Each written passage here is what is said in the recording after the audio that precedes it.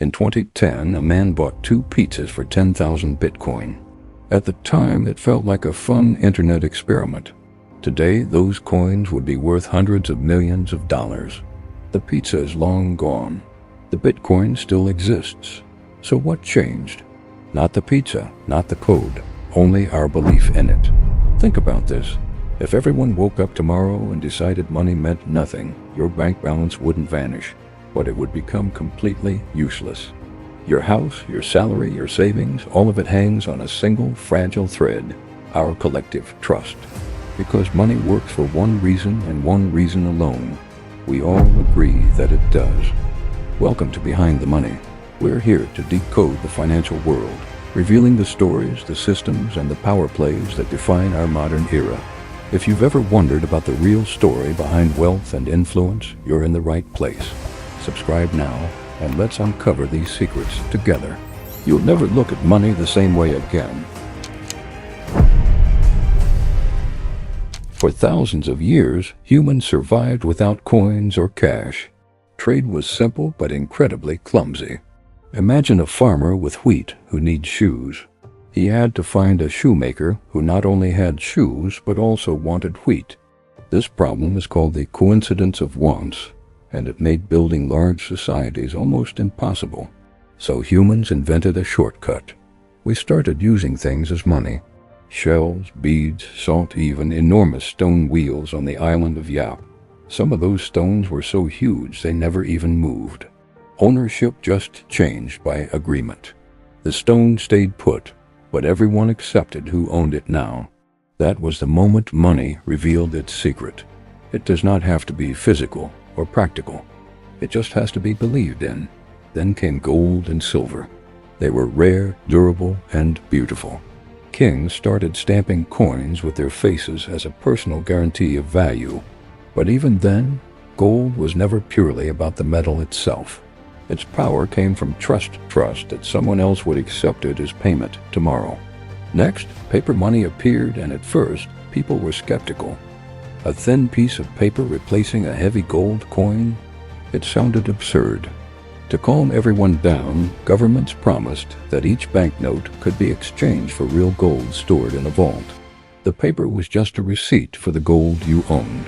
But that all changed in 1971, when the United States officially ended the gold standard. Suddenly, the dollar was no longer tied to gold. Other countries soon followed. This is when modern money became fiat, money valuable, simply because the government declares it so, and because we all collectively agree to accept it. Let us be clear. There is not enough gold on Earth to back the trillions of dollars zipping through global markets every single day. The numbers you see in your bank account are not little piles of cash sitting in a vault somewhere. They are digital entries, electrical signals, lines of computer code. And yet, those invisible numbers determine whether food gets delivered to our stores, whether hospitals can operate, or even whether nations go to war. If money is just a belief, does that make it fake? Not quite. Think about the Great Depression. Banks collapsed because people feared they would collapse. They rushed to withdraw their savings all at once. And this mass panic drained the banks of cash, turning that fear into a devastating reality. The entire system depended on confidence. And when that confidence cracked, everything fell apart. Or look at the hyperinflation in Weimar Germany after World War I. The government printed so much money that it became worthless. People were using wheelbarrows full of cash just to buy a single loaf of bread. Kids were playing with stacks of banknotes like they were building blocks. The paper was still official currency, but it had lost all credibility. When trust disappears, the value of money evaporates with it. So money is essentially a network of promises. When you hold a dollar bill, you're holding a promise that someone will exchange it for goods or services. It's a promise that the government will accept it for taxes. And it's a promise that other people will continue believing in it tomorrow. Promises are incredibly powerful, but they are also fragile. Then, in 2009, Bitcoin was born, created by the mysterious Satoshi Nakamoto. No central bank, no government. just pure mathematics and code. Instead of trusting institutions like banks, users trust algorithms. Scarcity is built right into the system. Only 21 million Bitcoin will ever exist. At first, it seemed ridiculous. Digital money with no physical form, backed by nothing. But belief started to spread. People bought it, sold it, and held on to it. Entire industries have now grown around it. Once again, value emerged from a shared agreement among people. Whether it's gold, paper, or cryptocurrency, the pattern is exactly the same. Money gains power when people trust it, and it loses power when they don't. But here's the interesting twist. Shared illusions are not the same thing as lies. Language is a shared illusion. The word tree is just a sound we make, but it carries a specific meaning because we all agree on it. Nations are just lines on a map, but they exist because societies recognize them. Even corporations are legal fictions that can own real buildings and employ real people. Money belongs in this same category. It exists in the space between us, in our collective imagination. You can't find it in nature like a river or a mountain.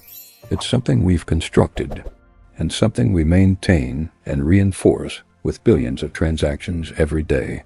Without it, our large-scale civilization would struggle to function. Money allows total strangers to cooperate with each other. It converts our time into numbers, and those numbers into resources, and those resources into survival. It's like a universal translator for value. And yet, we often forget that it's just a tool we invented, not some fundamental truth of nature. The physical bill in your wallet is just cotton and ink. The balance in your bank account is just data. But the consequences of that data are very, very real. Money can feed a family or starve one. It can fund education or finance war. It can create incredible opportunity or cement deep inequality. So is money real? It is as real as our collective belief can make it. It doesn't exist in the same way a rock exists. But neither do laws, borders, or human rights, and those things shape our world just as powerfully. The most astonishing part of all of this is that the system actually works. Billions of people who will never meet coordinate their actions every single day through a shared faith in symbols and numbers. Global trade, technology, medicine, and infrastructure all depend on this invisible web of trust. Money may not be tangible in the way gold once was. It may live as lines of code on distant servers. But it is backed by something even stronger than metal. It is backed by us, by our labor, our confidence, and our willingness to exchange our limited time on this planet for symbols we trust others will accept. If we all stopped believing tomorrow, the system would crumble. But as long as we continue to believe, it will keep evolving, becoming more abstract, more digital, and more global. Money may be a shared illusion, but it is an illusion powerful enough to build skyscrapers, shape empires, and connect billions of lives. The next time you tap your card or check your balance, just take a moment to remember. You are actively participating in one of the greatest collective agreements in human history. It's invisible, intangible, yet undeniably real in its consequences. Thanks for watching.